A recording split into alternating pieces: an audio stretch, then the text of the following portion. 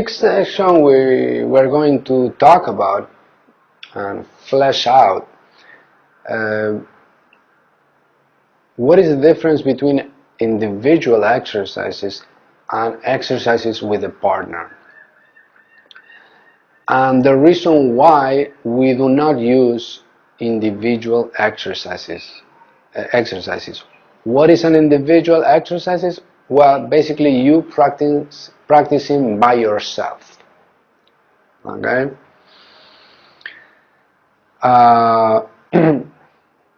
There are many reasons why individual exercises are actually not only they're not necessary, but they're not that good if you want to go to partner dancing, because actually you are training the opposite of what it needs to be happening, and it is training the opposite of what partner dancing is about. Okay. In general, easy terms to understand, individual exercises, basically whatever you are doing, it doesn't matter. You are mainly focusing on yourself. Whatever you are doing, it doesn't matter. It can be an individual exercises that is, you get very stuck, like most of the people do, walking very straight, with your legs very straight. Or when you are as an individual, even if you practice the opposite, even if you practice how to lose balance, how to not be scared of losing balance, exploring your limits, etc., etc., etc., it doesn't matter, because all your focus, is based on yourself. You get it? So, changing that aside, partner dancing, what is about? What are the skills you're practicing? What are the skills you need? Basically is so you stop pay attention to yourself and you pay attention to something else outside of you, right? That someone else outside of you that is moving in unexpected ways. You understand? Because there's no way you can precisely on a detailed level say what that other person is going to react or to move. So that by itself, the game itself, is that you start to pay attention outside your own head and outside your own body. At least having a partner, that's what creates, and that's the type of resource you need to practice.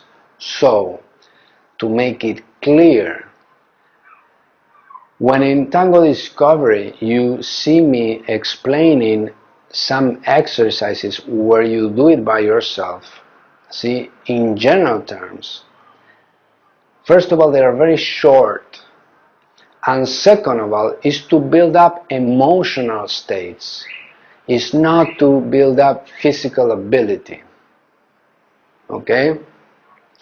Let me give you the example that I always use. Tango awareness. What you do, you walk by yourself to gather freedom, to feel good.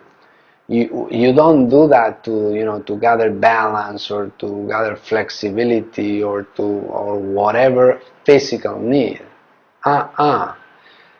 What you gather is cool feelings, good things, and then you bring it to your partner. For example, in my Beyond Women's Technique trainings,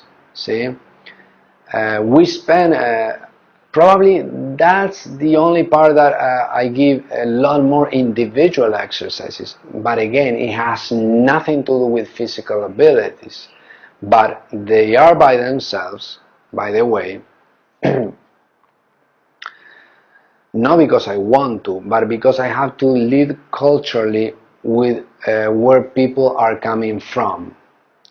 So when in Beyond Women Technique, when I make them walk by themselves so they can feel feminine, so they can feel sexy, they can open up to all their own feelings and intuitions, I have to make them walk by themselves, right? just because culturally it's a little bit more difficult to experiment all that with a partner in front of you, and maybe if you don't know that partner, or if you don't have trust, or if you don't have confidence.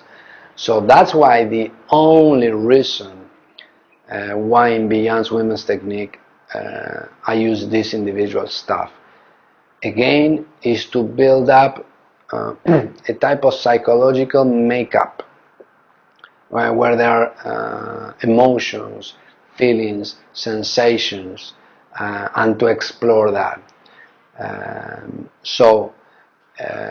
Being that said, do yourself a favor, yeah.